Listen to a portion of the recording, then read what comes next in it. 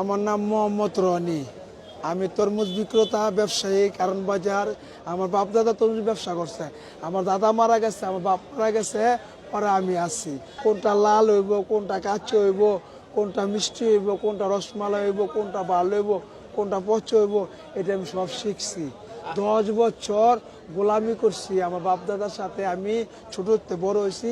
10 বছর গোলামি করতে করতে আমি তরমুজ চেনাটা শিখছি। আল্লাহ পাক আমার ব্রেনতে দান করছে। আমি বলছি, ওই কিরে, লাল আগুন, বিদ্যুৎ, চমকি, মিষ্টি, অনেক কিছু এভরিথিং বনায় বনায় আর কি বলি। একটু আমি আনন্দ পাই, পাবলিক আনন্দ পায়। এটা ভাই পদ্মার ইলিশ হইব ভাই। আমি তরমুজ দেখলে ভাই চিনতে পারি ভাই।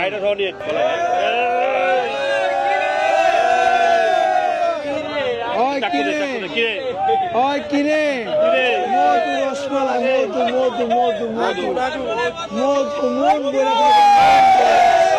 মন বইরা খাইবেন, মন বইরা খাইবেন ভাই, মন বইরা। ওই কিরে, রসমালাই, আগুন, বিদ্যুৎ।